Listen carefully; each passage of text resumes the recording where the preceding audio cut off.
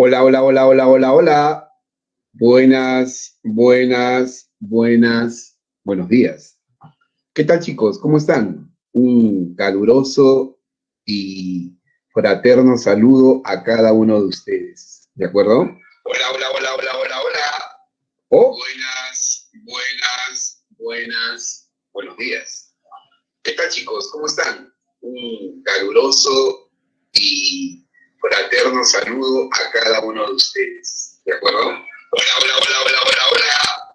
Oh, buenas, buenas, buenas, buenos días. ¿Qué tal, chicos? ¿Cómo están? Un caluroso. ¿Han escuchado a mi doble? ¡Wow! Es mi alter ego.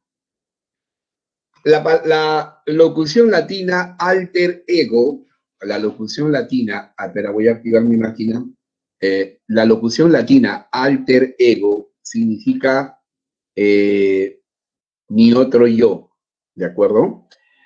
Alter ego se utiliza para aludir a una persona que goza de nuestra absoluta y entera confianza, ¿de acuerdo? Por ejemplo, si usted egresa de la Universidad Agraria La Molina como un destacado agrónomo, como un ingeniero ambiental y trabaja en una empresa y ejerce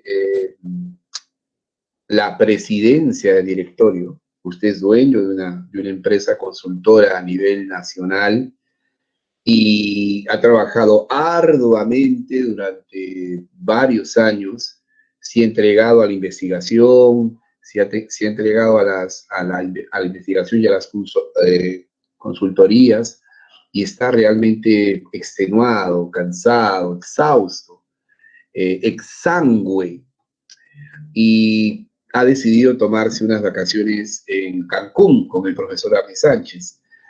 Entonces, convoca una sesión de directorio acompañado del vicepresidente, ¿verdad?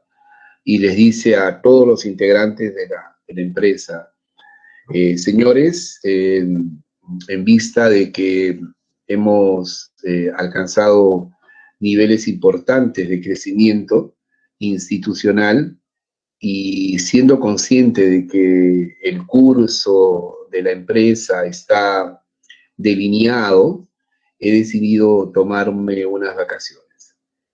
Voy a viajar a Cancún en compañía de mi amigo, el profesor Arne Sánchez, y voy a dejar a cargo de la conducción de la empresa al primer vicepresidente, ¿de acuerdo? Al señor David Panduro, ¿de acuerdo? Más conocido como David R. De tal manera que todo lo que David decida, todo lo que él determine, todo lo que él crea conveniente, todas las disposiciones que él decida, se hacen, porque él es mi alter ego. Él es como si fuese yo. Si él habla, es como si yo estuviese hablando. ¿Entiendes? Él es mi alter ego. Es la persona que goza de mi absoluta confianza y las decisiones que él adopte, las directivas que él formule, son como si yo las estuviese señalando. Él es mi alter ego. ¿De acuerdo? Alter ego entonces es una persona que goza de tu más absoluta confianza. Estrictamente, alter ego es el otro yo, ¿no? De tal forma que, no sé, a ver, el hombre araña. ¿Cuál es el alter ego del hombre? O lo invertimos. Bueno, ya te di la respuesta. El Duende ¿Cuál Verde. sería el alter ego de Peter Parker? El hombre araña. ¿Cuál sería el alter ego de Clark Kent? Superman. ¿Cuál sería el alter ego de Arnie Sánchez? Super Arnie. ¿De acuerdo? El otro yo. ¿Mm? Muy bien, entonces hemos aprendido una locución latina de uso muy frecuente. ¿Mm? Siempre se aprende, campeón. ¿Sí o no, Frank? Claro. ¿Sí o no, Elida? Elida Chambilla Mamani, ¿verdad? ¿Sí o no, mamachita? Claro. Está con su foto de la sirenita, me parece, ¿no? Muy bien. A ver, vamos a empezar haciéndote, no voy a detenerme en explicar al detalle las diapositivas que voy a proyectar, ¿ya? Porque es un repaso. Tiene que ver con una primera clase que trabajamos relacionada con jerarquía textual. Tema, idea principal, ideas secundarias y título. ¿De acuerdo? Vamos a hacer un repaso general utilizando las diapositivas y luego vamos a desarrollar una práctica de aplicación con ejercicios en los cuales las preguntas son en su mayoría acerca del tema, la idea principal y eventualmente el título. Y por ahí algunas preguntas sobre ideas secundarias. ¿Te parece? Claro. Entonces vamos a empezar, ¿de acuerdo? Cuenta regresiva. A ver, por favor, indícame, ¿se ve o no se ve? ¿Se ve o no se ve? ¿Se ve o... Ojo que no te veo, ¿ah? ¿Ya? No te veo. Simplemente háblame. Háblame, por favor. ¿Ya? Muy bien. Creo que esa imagen refleja mucho de nuestras aspiraciones en esta etapa, en este periodo, ¿verdad? Claro que sí. Nuestra meta es ingresar a la Universidad Agraria La Molina, la universidad de mayor jerarquía en los ámbitos de la investigación agrícola, el medio ambiente, la meteorología, la pesquería, la zootecnia, la biología, la gestión económica aplicada al ámbito agrícola, etcétera. ¿De acuerdo? Muy bien. Vamos a repasar lo relacionado con jerarquía textual. ¿De acuerdo? Muy bien. Recordemos lo que corresponde. ¿Ya? Vamos al grano, vamos al grano, vamos al grano. Muy bien. Empecemos recordando las propiedades de un texto formal. ¿Cuáles son las propiedades de un texto formal, profesor Arni? Son 5. Unidad temática, cohesión, coherencia, jerarquía de ideas e intencionalidad comunicativa. ¿De acuerdo? Estas son las propiedades básicas de un texto formal, de un texto académico. ¿Ya? Muy bien. Unidad temática se refiere a que el conjunto de ideas que conforman el texto están cohesionadas, están articuladas en torno a un asunto definido, en torno a un asunto delimitado, en torno a un tema central. ¿De acuerdo? El conjunto de ideas que forman un texto giran en torno entonces a un mismo asunto, a un mismo tema central. ¿De acuerdo? Y los enfoca y los aborda, o lo aborda, lo enfoca desde un particular punto de vista, desde una misma perspectiva. ¿De acuerdo? ¿Estamos? Entonces, un texto puede girar en torno a las formas de contagio del SIDA. A lo largo de toda la lectura, las ideas se van a cohesionar, se van a enlazar, se van a concatenar, se van a articular en torno a ese eje temático, en torno a ese mismo asunto, las formas de contagio del SIDA. ¿De acuerdo? Y al momento de explicar ese tema, se lo va a hacer desde un punto de vista, pues desde un solo punto de vista, desde un punto de vista determinado. ¿Ya? La palabra cohesión o la propiedad cohesión y coherencia van de la mano. Son como dos caras de una misma moneda. ¿De acuerdo? Son como las dos caras de una hoja. Son como el haz y el en vez. Están indisolublemente unidas. Se entiende por cohesión la relación, el enlace, la vinculación correcta entre las ideas que conforman el texto. En otras palabras, guarda una estrecha relación con el adecuado enlace de las oraciones y párrafos que conforman el texto. ¿De acuerdo? Para enlazar, para concatenar, para articular el conjunto de ideas que conforman el texto, se utilizan determinados recursos lingüísticos. Estos son las referencias y los conectores lógico-textuales, conocidos también como marcadores textuales. ¿De acuerdo? Cuando hablamos de referencias, hacemos mención explícita a, por ejemplo, la anáfora, la catáfora, la elipsis o la sustitución léxica. ¿De acuerdo? Entonces, estos recursos lingüísticos lo va a utilizar el autor para cohesionar, para articular las ideas en torno a un asunto definido que es el tema central. ¿De acuerdo? La coherencia se refiere a la compatibilidad de las ideas. Las ideas tienen que compatibilizar y generar un mensaje congruente, lógico, que pueda ser entendido y admitido por todos. ¿De acuerdo? Decir que es una mujer hermosa que te causa un absoluto rechazo es una expresión incoherente.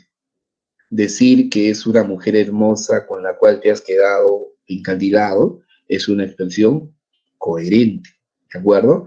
Tiene sentido lógico, va de la mano con la racionalidad, ¿de acuerdo? Las ideas se compatibilizan, no hay una exclusión, no hay ninguna generación de un mensaje ilógico, incongruente, todo lo contrario, ¿de acuerdo?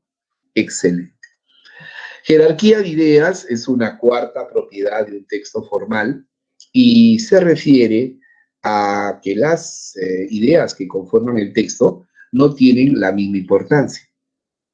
¿De acuerdo? Hay una organización interna.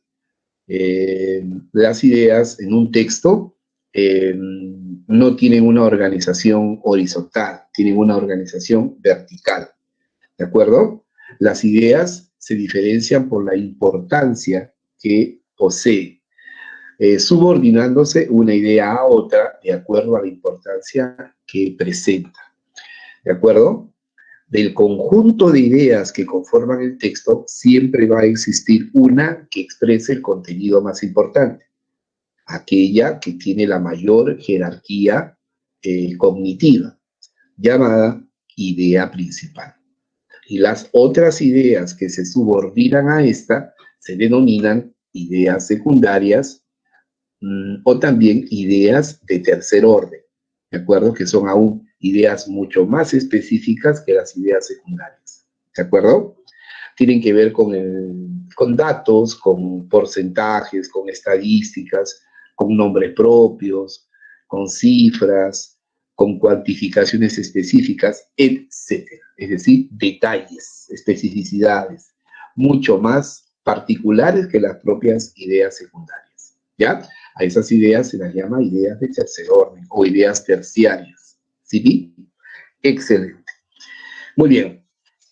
Bueno, no, ustedes no van a seguir en la agraria, no van a seguir cursos, aunque debería de darse ciertos cursos de contenido jurídico, ¿no? Claro, por ejemplo, si un agrónomo va a trabajar en el campo, ¿verdad? Ese agrónomo no solamente tiene que, ese agrónomo no solamente tiene que saber acerca de cuestiones bioquímicas, biológicas, ¿verdad? Sino también tiene que tener un conocimiento jurídico, ¿verdad? Acerca de la propiedad de la tierra, acerca de la historia, ¿verdad? Del movimiento campesino, incluso hasta hablar quechua, ¿verdad? Incluso hasta hablar el mismo idioma que los campesinos, ¿verdad? Sobre todo si se trata de ingenieros que se dedican al campo de la investigación. El mundo andino encierra conocimientos que en algunos casos la ciencia todavía no conoce o todavía no lo logra explicar de manera científica, ¿verdad? ellos tienen un conocimiento empírico, pragmático, muy profundo, muy depurado, muy importante. Entonces ahí se encuentra la teoría, se encuentra la práctica, se encuentra la teoría, ¿no? Se encuentra lo empírico y se encuentra el conocimiento científico. El agrónomo tiene que tener entonces una preparación integral, no solamente en su dimensión académica, sino en su dimensión jurídica, histórica, ¿no? Por el tema que estudia la tierra, ¿no? La producción. Entonces, hay un pensador llamado Hans Kelsen, ¿no? Que postula una teoría positivista y plantea que la organización legal, ¿no? La estructura jurídica de un Estado se asemeja a una pirámide. En la cumbre de esta pirámide, observas, está la constitución del Estado y por debajo un conjunto de leyes de menor jerarquía, que siempre van a estar subordinadas a la constitución del Estado. Entonces, por debajo de la Constitución se ubicarían decretos legislativos, leyes orgánicas, ¿verdad? No sé, disposiciones de carácter local, ¿verdad? Etcétera. Es decir, leyes de menor relevancia, de menor jerarquía, ¿de acuerdo? Que se subordinan y no deben ir jamás más allá de lo que establece la Constitución. Entonces, podemos decir que la estructura jurídica de un Estado es de carácter jerárquico, al igual que la estructura de la Iglesia, al igual que la estructura de las Fuerzas Armadas, al igual que la estructura del hogar, ¿verdad? Quieras o no, el hogar tiene una estructura jerárquica. Arriba está mamá, papá, y debajo están los hijos que se distinguen por su fecha de nacimiento, ¿no? El hijo mayor, el hijo intermedio, los hijos menores, ¿verdad? Y el ejemplo, aparte del padre, es el hijo mayor, es el referente, ¿verdad? Pero el hermano menor se subordina al intermedio, el intermedio al mayor y el hermano mayor o hermana al mamá, a la mamá y al papá. Hay una estructura jerárquica, ¿verdad? Pero entre nosotros, quien manda en la casa, tú sabes perfectamente quién es, ¿verdad? Es la mamá, ¿no? Claro. Ella es la que decide, claro. Y luego le comunica al papá para que no se vea excluido, marginado, ¿no? Para que no vea menoscabado, humillado, mermado su condición de varón, pues de jefe de la casa, esa denominación se le ha dado, ¿no? Históricamente. Muy bien, entonces, jerarquía de ideas implica que las ideas en un texto están organizadas por niveles, ¿ya? Por estatus. Muy bien. Y profesor, ¿y qué cosa quiere decir intencionalidad comunicativa? Que es la última propiedad que usted ha señalado. Todo texto, todo texto, todo texto tiene una finalidad, tiene un objetivo, tiene una intencionalidad. Se ha redactado con algún propósito.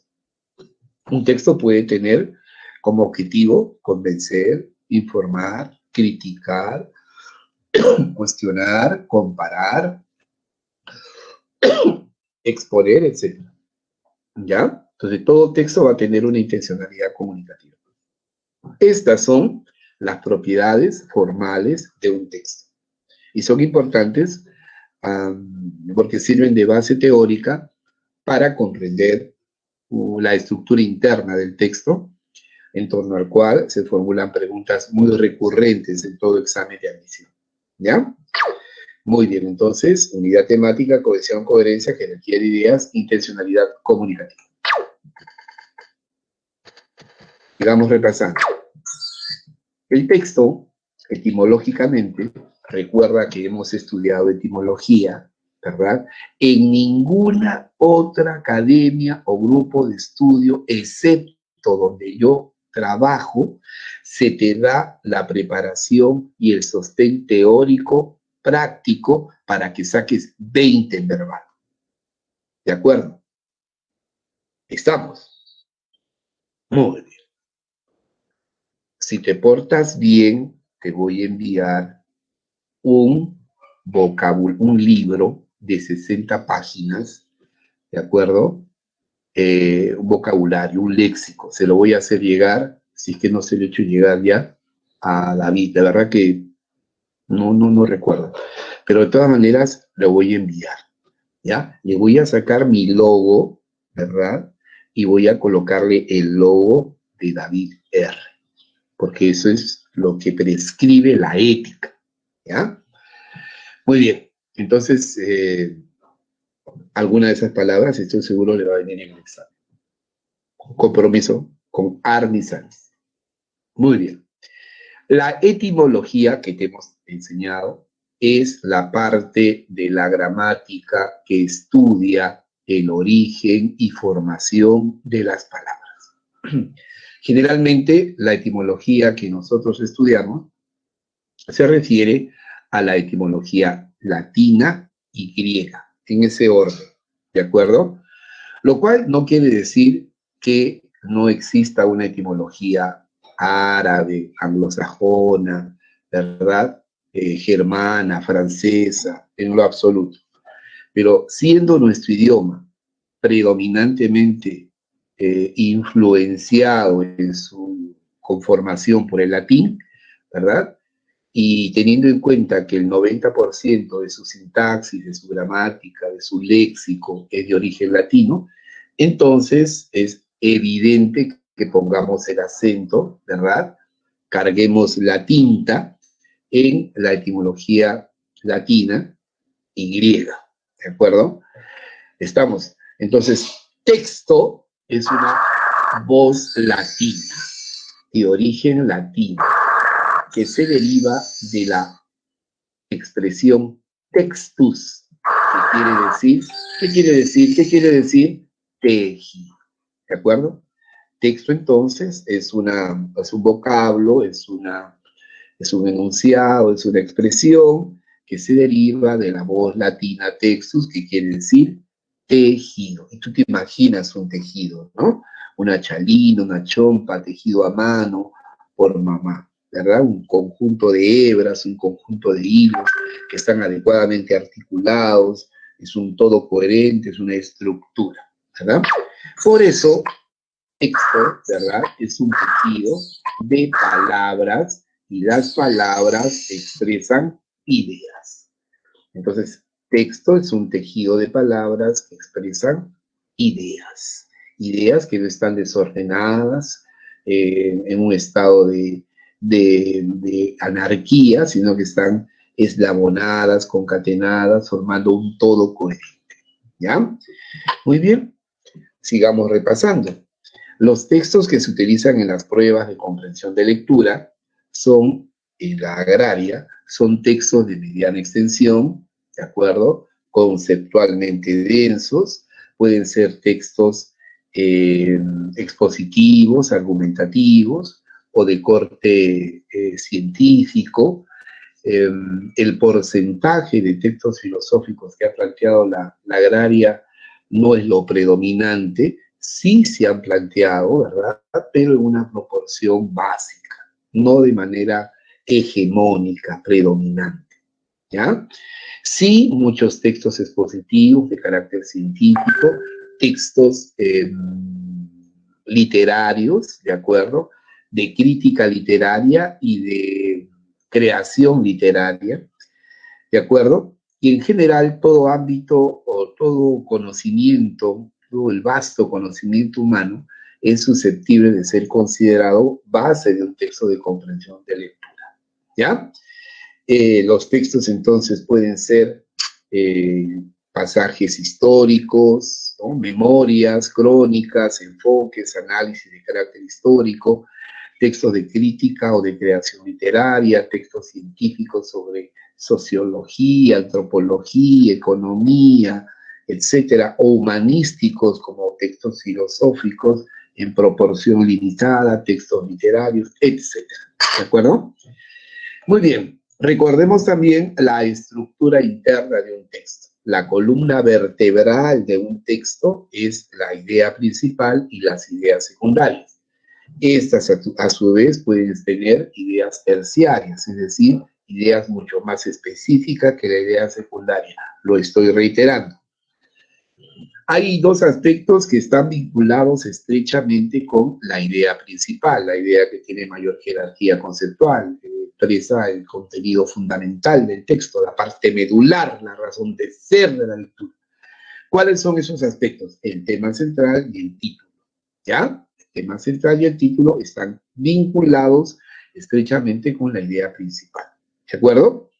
Y las ideas secundarias desarrollan, ejemplifican, amplían, argumentan, justifican la idea principal.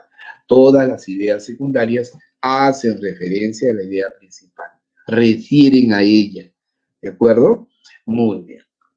Rápidamente, por razones metodológicas, vamos a seguir el siguiente orden: tema central, idea principal, ideas secundarias y título. ¿Sí? Muy bien. Tema central, asunto que trata el autor. ¿De acuerdo? Es el asunto definido que el autor describe o explica a lo largo de todo el fragmento. ¿Cómo se redacta? Frase nominal, ¿ya? Es una frase nominal medular, ¿ya? Que indica lo que el autor va a desarrollar a lo largo del texto, ¿cierto? Muy bien.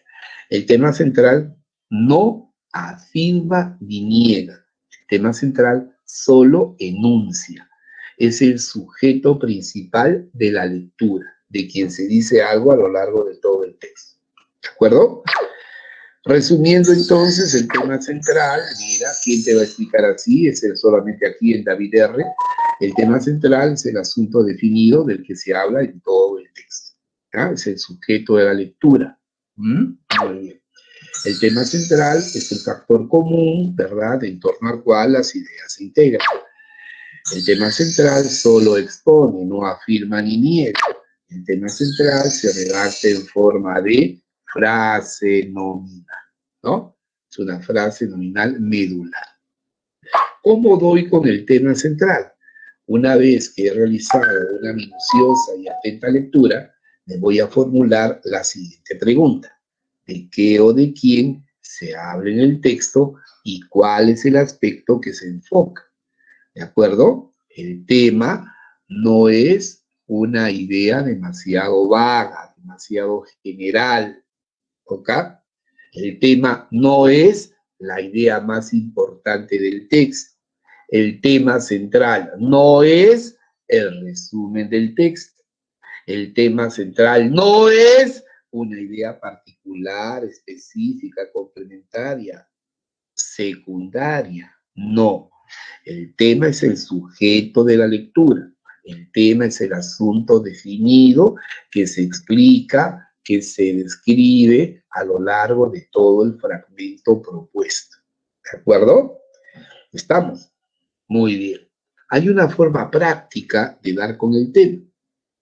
Cuando usted lea el texto, va a darse cuenta, si lo lee de manera minuciosa y con un alto nivel de concentración, y si sobre todo tiene un basamento cultural, una información previa amplia, ¿verdad? Porque usted lee, ¿verdad?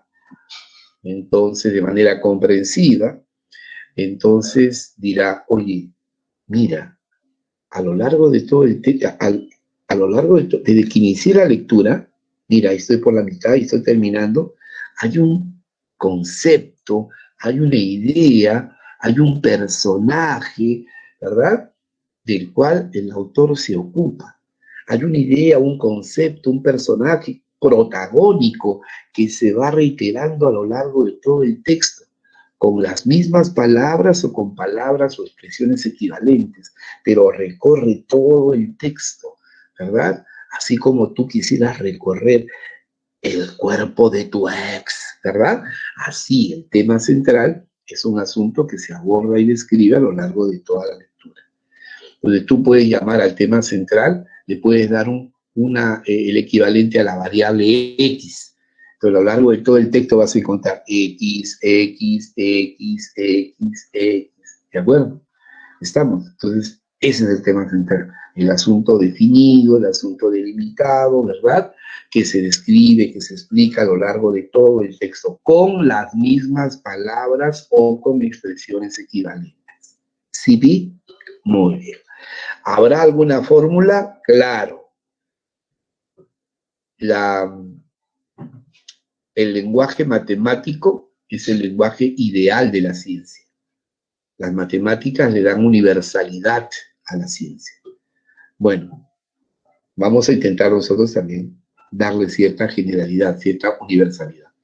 Tema central, igual, asunto general, campo temático, más aspecto enfocado. ¿Ya? ¿Estamos? Por ejemplo, lees el texto y te das cuenta. Revolución Francesa, asunto general. ¿Verdad? Pero a lo largo de todo el texto, tú te das cuenta, y además tú sabes que en un texto, mira, los textos del examen, si va a ser virtual, va a ser un texto de 10 líneas. ¿De acuerdo? Entonces, en un texto de 10 líneas, no hay espacio para todo lo que se sabe y se ha investigado respecto a la Revolución Francesa. Es obvio que cuando tú leas el texto, vas a advertir que el autor, ¿verdad?, tiene el interés de enfocarse en un asunto definido, de apuntar hacia un asunto delimitado.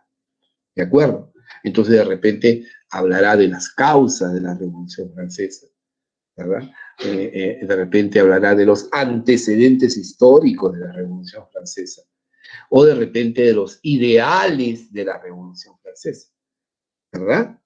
Entonces, siempre en el marco general de la Revolución Francesa, que vendría a ser el campo temático, el tema central es el aspecto que se enfoca, es el asunto hacia donde apunta el autor. Es un asunto definido, especificado, pero no tan particularizado, ¿no? No entra en detalles, en especificidades, ¿de acuerdo? Hay que manejar eso con cuidado. ¿Sí? Muy bien. Ejemplo, Mariátegui y el análisis de la realidad peruana. ¿De acuerdo? No digo simplemente, ¿de qué trata el texto? Habla de Mariátegui. ¿De qué trata el texto? De la realidad peruana. No. Al momento de tú leer el texto, vas a darte cuenta que el autor se orienta hacia un asunto definido. Entonces, sí, el texto habla de Mariátegui, ¿verdad? Y de la realidad peruana, pero habla del análisis que hace Mariátegui de la realidad peruana, un análisis científico, marxista, etc. ¿De acuerdo? Muy bien. Un suceso importante, la influencia mundial de la Revolución Francesa, cómo las ideas, cómo